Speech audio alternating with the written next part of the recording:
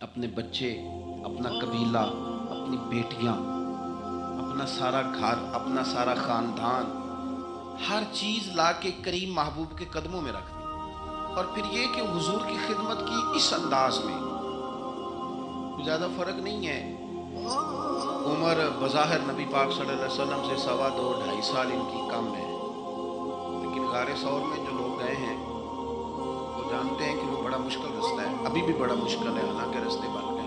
چلیں ایک بات اور بھی کہہ لیتے ہیں، تجربے کی ہے کہ حالانکہ رستے بن گئے، حالانکہ اس کے لیے بڑے بڑے چندے بھی اکٹھے ہو گئے ہیں، بڑے بڑے چندے۔ جتنی دفعہ مجھے کچھ موقع ملا ہے تو میں نے تو یہی دیکھا ہے جی رستہ بن رہا ہے، آ جائیں ذرا آپ بھی اس میں شامل ہو جائیں۔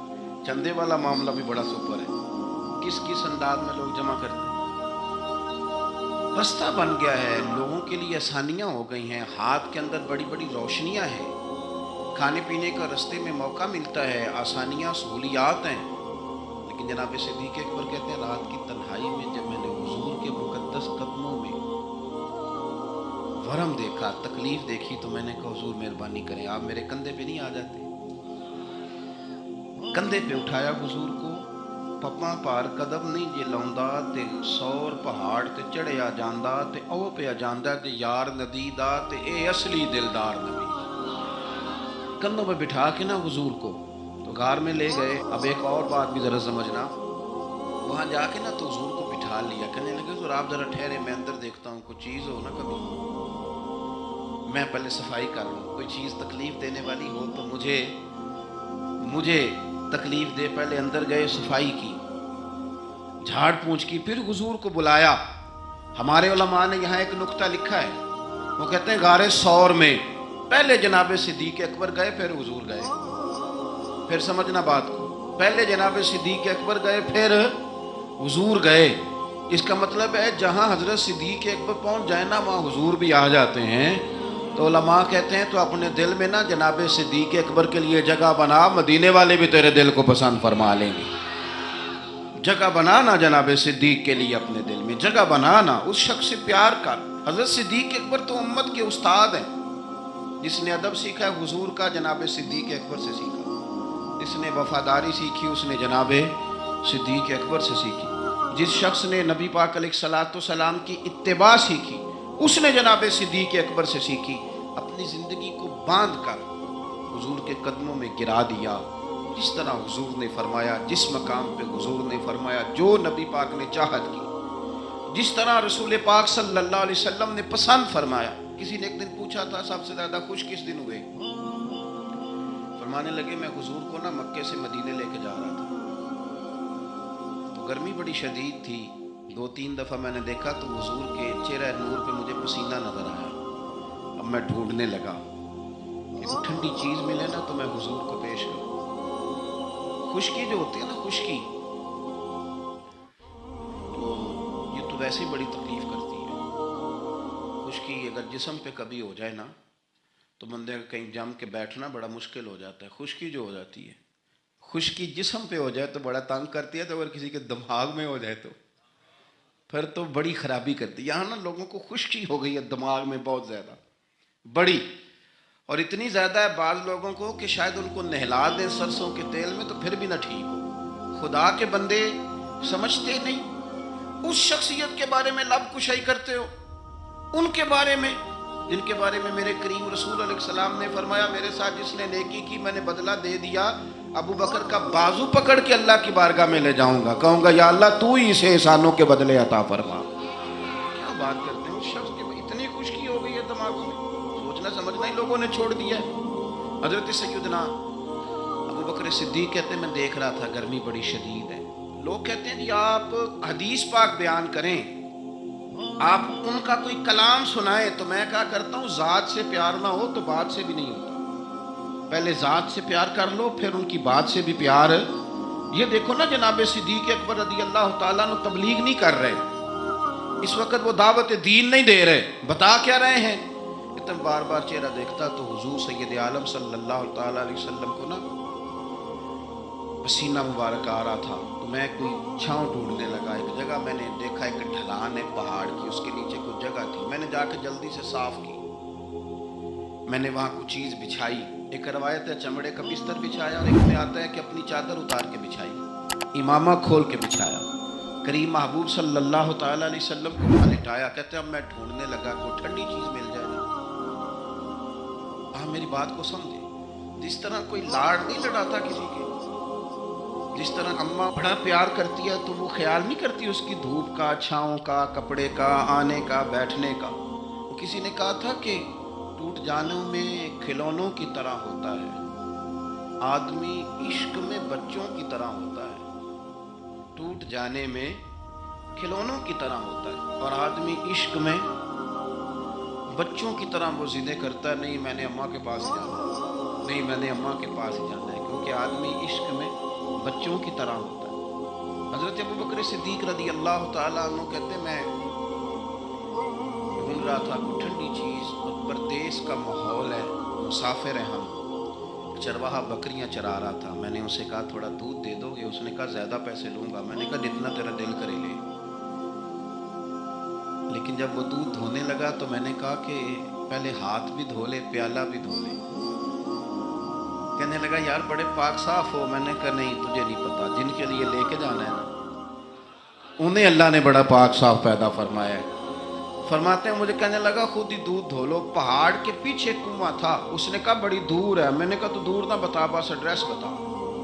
میں دوڑ کے گیا کنویں پہ، جا کے ہاتھ دھوئے، پیالہ دھویا، پانی بھرا، واپس آیا، اور پھر میں نے لا کے بکری کے تھن دھوئے، پھر میں نے دودھ دھویا، پھر میں دوبارہ گیا وہاں کنویں پہ، اس دودھ کو میں نے ٹھنڈا کیا۔ اب میں خرامہ خرامہ آ رہا ہوں، سارے رستے سوچتا ہوں حضور تو آرام فرما، اگر جگاؤں گا تو یہ ویسے سوء ادب ہے، اور اگر حضور بیدار نہیں ہوتے ظاہری طور پر تو یہ دودھ تو پھر گرم ہو جائے گا۔ اسی کشمکش میں گزری میری زندگی کی راتیں، کبھی پیچ و تاب راضی، کبھی سوز و ساز رومی، کہتے اسی کیفیت میں پیچ و تاب میں گزر رہا تھا، جا کے کریم کے سرانے کھڑا ہی ہوا تھا کہ حضور نے آنکھیں کھول دی۔ کیا لائے ہو؟ کہتے ہیں گھٹنوں کے بل بیٹھ کے جب میں نے وہ دودھ پیش کیا نا، اور حضور نے مقدس ہونٹوں کے ساتھ وہ دودھ لگایا، اور جب پہلا گھونٹ ٹھنڈے دودھ کا حضور کے مقدس حلق سے اترا تو سرکار کے چہرے پر جو میں نے روشنی اور خوشی کے آثار دیکھے، کہتے ہیں لوگوں تمہیں کیا بتاؤں، وہ تنہائی تھی، ایک میں تھا، حضور تھے۔ اس دن میں اتنا راضی ہوا، اتنا راضی ہوا، نہ اس سے پہلے کبھی ہوا تھا نہ اس کے بعد کبھی ہوا۔ نبی پاک صلی اللہ تعالیٰ علیہ وسلم کی رضا چاہنے میں جلدی کرنا، حضور سید عالم علیہ السلام کی غلامی میں رہنا، اور پھر اپنے آپ کو انہوں نے سوار لیا، اپنے آپ کو ڈھال لیا محبوب کی رضا میں۔ سردار تھے، اعلیٰ کپڑے پہنتے تھے، حضور کی غلامی میں آ گئے۔ پھر انہوں نے اس طرح کی کیفیت بنائی کہ حضور کی امت سے پیار شروع کیا۔ مدینے کے غریب گھروں میں کچھ یتیم بچیاں تھیں تو ان کے گھر کا دودھ بھی دھو کے آیا کرتے تھے، دودھ دھو کے دے دیتے، تم پی لو، کچھ بیچ لو۔ جب آپ خلیفہ بن گئے تو بچیاں آئیں، کہنے لگی ابو بکر آپ پہلے آیا کرتے تھے، ہمارے گھر میں کام کر جاتے تھے، اب تو آپ امیر بن گئے، ابھی بھی آئیں گے؟ حضرت صدیق اکبر کچھ کم تازہ تھا، حضور کے وصال ظاہری کو چند دن ہوئے تھے، آنسوؤں سے آنکھیں بھر گئیں، اور چہرہ صاف کرتے ہوئے کہنے لگے پتر پہلے تو میں اپنی مرضی سے آتا تھا، اب تو حضور کی امت نے میری ڈیوٹی لگا دی، اب تو میری مدینے والے کی امت کی نوکری کرنا ڈیوٹی لگ گئی، اب تو میں ڈیوٹی سمجھ کے آؤں۔ عاجزی، انکساری، سادگی، تھوڑا کھانا۔ ہمارے ہاں نا لیول بدلتا ہے، سوچیں بدلتی ہیں، گاڑیاں بدلنے والے لوگ اپنا ذہن بھی بدلنے لگ جاتے ہیں۔ بہت زیادہ کپڑے تبدیل کرنا جائز ہے، لیکن بہت زیادہ دوست تبدیل کرنا کوئی اتنی اچھی بات نہیں۔ بہت زیادہ اچھے سے اچھے مکانوں میں چلے جانا تو درست ہے، لیکن اپنے پچھلے محلے کو بھول جانا اور وہاں بسنے والے لوگوں کو پینڈو کہہ کے طنز کرنا اور وہاں کے لوگوں پہ تنقید کرنا، یہ اخلاقی طور پر چھوٹے لوگوں کا طریقہ ہے۔ بڑے لوگ یہ کام نہیں کرتے، وہ اپنی اصل پہ قائم رہتے ہیں، انہیں اپنی پچھلی یادیں وقار کے ساتھ اور فخر کے ساتھ یاد رہتی ہیں، اور وہ حسین لمحات میں اپنے آپ کو محسوس کرتے ہیں جب واپس پلٹ کر کے جاتے ہیں۔ حضرت ابوبکر صدیق رضی اللہ تعالیٰ عنہ امیر المومنین بن گئے، بہت بڑا درجہ ہے. اور آج کل کی عمارتیں نہیں. آج جس طرح لوگ امیر ہوتے ہیں نا، 4 پائے ہوتے ہیں کرسی کے، تو جو بھی وزیر اعظم بنتا ہے 1 پایا اس کا ہل نہیں رہا ہوتا ہے، تو وہ ملک سنوارنے سے زیادہ اس پائے کی بیچارہ فکر میں رہتا ہے کہ کہیں میری کرسی نہ گر جائے. کام کیا کرنا ہوتا ہے. حکومت اپوزیشن اپنے رٹوں سے نہیں نکلتی. قوم کا ملت کا کیا سوچے گی؟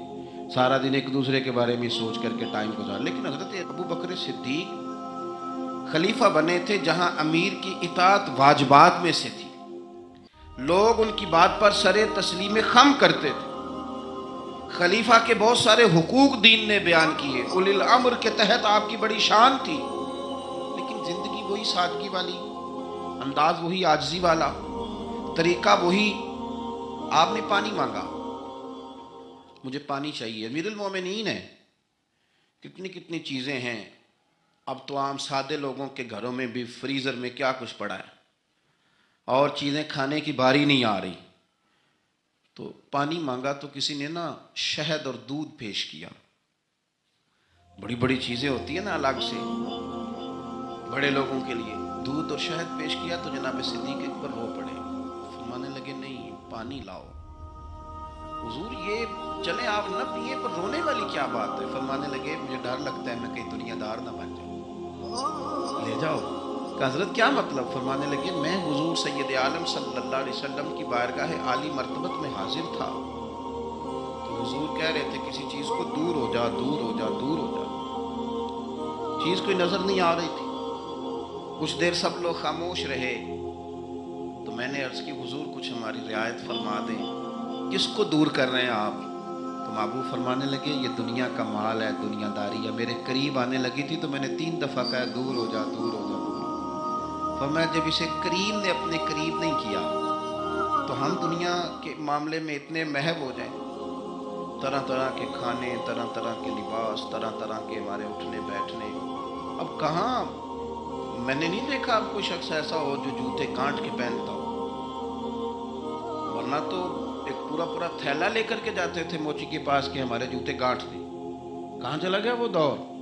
اور اس کے باوجود غربت کا رونا پہلے سے زیادہ رویا جا رہا ہے، پہلے سے زیادہ غربت کا رونا رویا جا رہا ہے. حضرت صدیق اکبر رضی اللہ تعالیٰ عنہ، عشق اگر عروج کا ہے تو اتباع کا جو جذبہ ہے، اپنے آپ کو زیادہ نہ پھیلائیں، سہولیات کا اپنے آپ کو زیادہ عادی نہ کریں، پروٹوکول کا اپنے آپ کو عادی نہ کریں. عزتیں اللہ کی بارگاہ عالی مرتبت سے ملتی ہیں، لیکن اپنے اصولوں پہ قائم رہیں.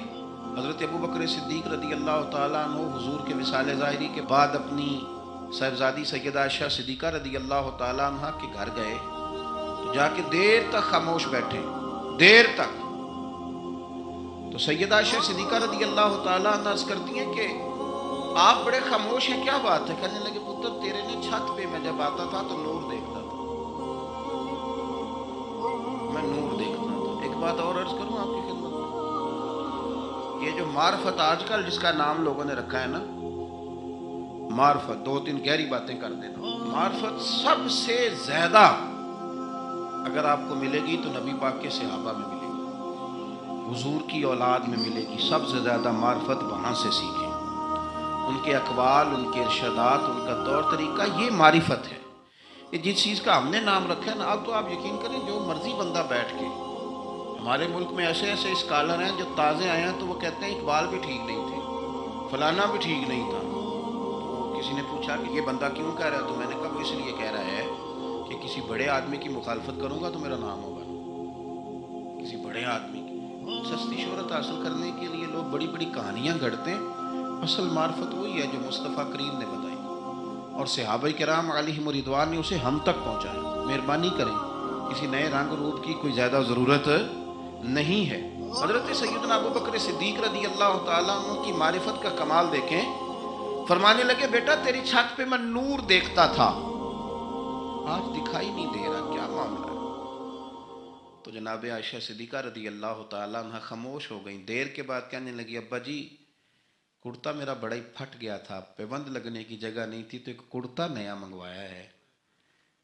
پتہ نہیں یہ کوئی دنیا داری نہ مجھ سے ہو گئی ہو، ایک کرتا نیا. ہمارے ہاں تو یہ حالت ہے کہ خواتین کہتی ہیں کہ اے سوٹ میں پہنا میں اتفاق گئی، تو وہ کیا کہیں گے کہ ایک ہی جوڑا اس کے پاس، ਇੰਨੀ